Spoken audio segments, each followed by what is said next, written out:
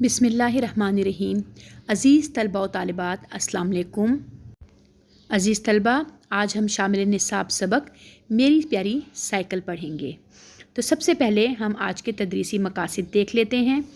اس سبق کو پڑھنے کے بعد طلباء اس قابل ہو سکیں گے کہ سبق میں آنے والے مشکل الفاظ کے معنی جان سکیں، سبق میں آنے والے محاورات و مرکبات کے معنی بھی جان سکیں۔ تو چلیں اپنے سبق کا آغاز کرتے ہیں۔ سبق میں آنے والے مشکل الفاظ اور ان کا درست تلفظ، اس کے ساتھ ساتھ ان کے معنی دیکھ لیتے ہیں۔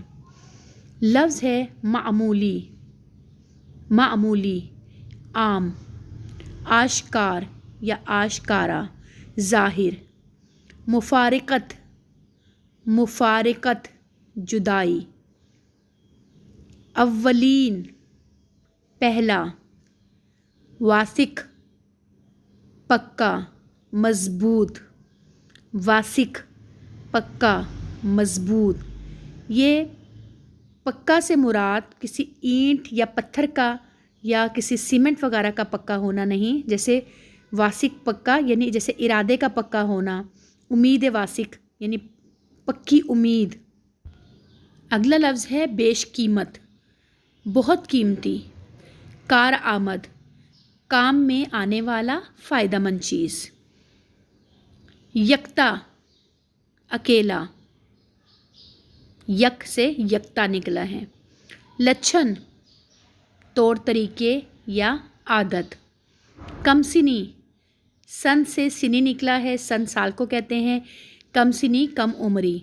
لا ثانی، لا کا مطلب ہے نہیں، ثانی کا مطلب ہے دوسرا یا مثال، لا ثانی جس کی کوئی مثال نہ ہو۔ حربہ، طریقہ، چال۔ وتیرہ، عادت، طریقہ۔ چکمہ، دھوکہ، فریب، یعنی مجھے چکمہ دینے کی کوشش نہ کرو۔ قبل مسیح، قبل کہتے ہیں پہلے کو، مسیح حضرت عیسیٰ علیہ السلام کو کہا۔ قبل مسیح یعنی حضرت عیسیٰ علیہ السلام کے دور سے پہلے۔ اس سبق میں اس سے مراد بہت پرانا۔ سنگین، بھاری، سخت۔ احتجاج، مخالفانہ آواز اٹھانا۔ آپ سنتے رہتے ہیں نا ٹیلی ویژن پر کہ فلاں پارٹی نے احتجاج کیا یا فلاں شخص نے احتجاج کیا، یعنی مخالفانہ آواز اٹھانا۔ ہنوز، ہنوز، ابھی تک۔ یک نشد دو شد، ایک مصیبت کے ساتھ دوسری مصیبت۔ تعجب، حیرت۔ ورثہ، میراث، ترکہ، یعنی وراثت میں جو کچھ باپ دادا سے ملتا ہے اسے ورثہ کہا جاتا ہے۔ ماجرا، قصہ، کہانی، کوئی معاملہ۔ ایک آنکھ نہ بھانا، بالکل پسند نہ ہونا، یہ محاورہ ہے۔ دلاسا، تسلی۔ روڈ ماسٹری، سڑک پر گھومنا پھرنا۔ ٹال مٹول، بہانا۔ ہیلے بہانے، ٹال مٹول کرنا، آئیں بائیں شائیں کرنا۔ اگلا ہے مرمت۔ مرمت کسی چیز کی بھی ہو سکتی ہے، کسی شخص کی بھی ہو سکتی ہے، یعنی کسی ٹوٹی ہوئی چیز کو جب ٹھیک کیا جاتا ہے اسے بھی مرمت کہتے ہیں، اور اگر کسی کے ساتھ مار پیٹ کی جائے تو اسے بھی مرمت کرنا کہتے ہیں۔ اگلا لفظ ہے جی ذمہ، ذمہ داری۔ مذاکرات، بات چیت، گفتگو۔ دبانا، چپ کرانا، روب و داب میں رکھنا۔ ترخواہ دینا، ٹال دینا۔ زائد العمر، زیادہ عمر کی یا زیادہ عمر کا۔ مقدر، قسمت۔ چار و ناچار، مجبوراً، نہ چاہتے ہوئے بھی۔ اوور ہالنگ، کسی مشین کے تمام پرزوں کو کھول کر معائنہ کرنا۔ گردانے دہرانا، ایک ہی بات بار بار کرنا۔ چلیں آگے دیکھتے ہیں۔ سفید جھنڈا، امن و سلامتی کا پیغام دینے کا نشان۔ آپ نے عام طور پہ دیکھا ہوگا کہ جب کسی بھی جنگ میں مخالف کو جب امن کا پیغام دینا ہوتا ہے تو سفید جھنڈا لہرایا جاتا ہے، یعنی صلح کی علامت سمجھا جاتا ہے سفید جھنڈے کو۔ خانگی معاملہ، خانگی فارسی زبان میں گھریلو کو کہا جاتا ہے۔ خانگی معاملہ، گھریلو مسئلہ۔ انوکھا، عجیب، نرالا۔ از راہ ہمدردی، از راہ ہمدردی، بطور ہمدردی یا ہمدردی کے طور پر۔ کسر، کمی۔ دو گام، دو قدم۔ دو گام بھی فارسی زبان کا لفظ ہے، دو گام چلے یعنی دو قدم چلنا۔ قصیدہ گوئی، تعریف یا تعریفی کلمات ادا کرنا۔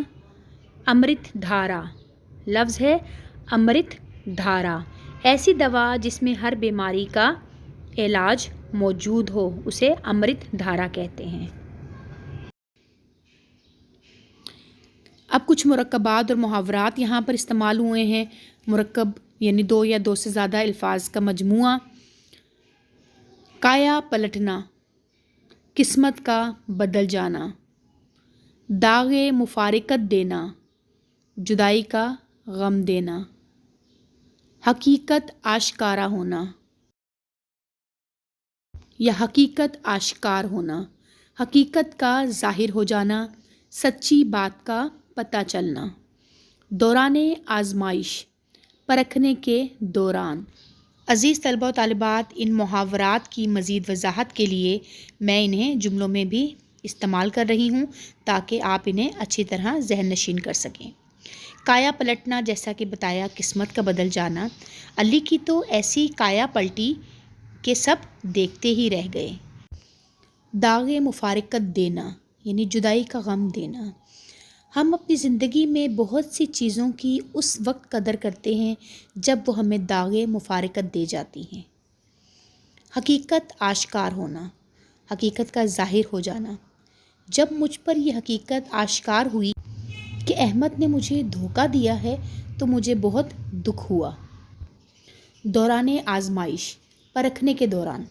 دوران آزمائش مجھے پتہ چلا کہ سائیکل میں تو بہت سی خرابیاں ہیں۔ امید واثق، مجھے امید واثق ہے کہ تم میرا کام جلد کر دو گے۔ عزیز طلبہ، مجھے امید ہے کہ آپ کو ان الفاظ اور محاورات کے معنی اچھی طرح سمجھ آ چکے ہوں گے۔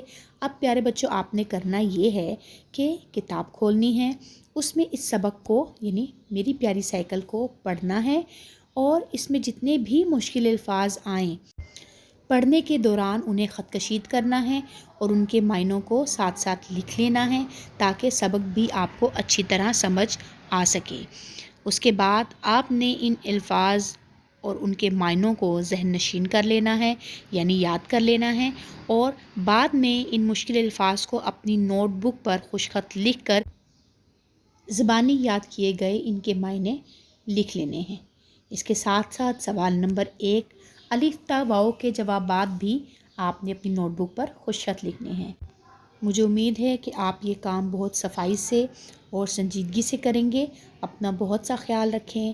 اللہ حافظ۔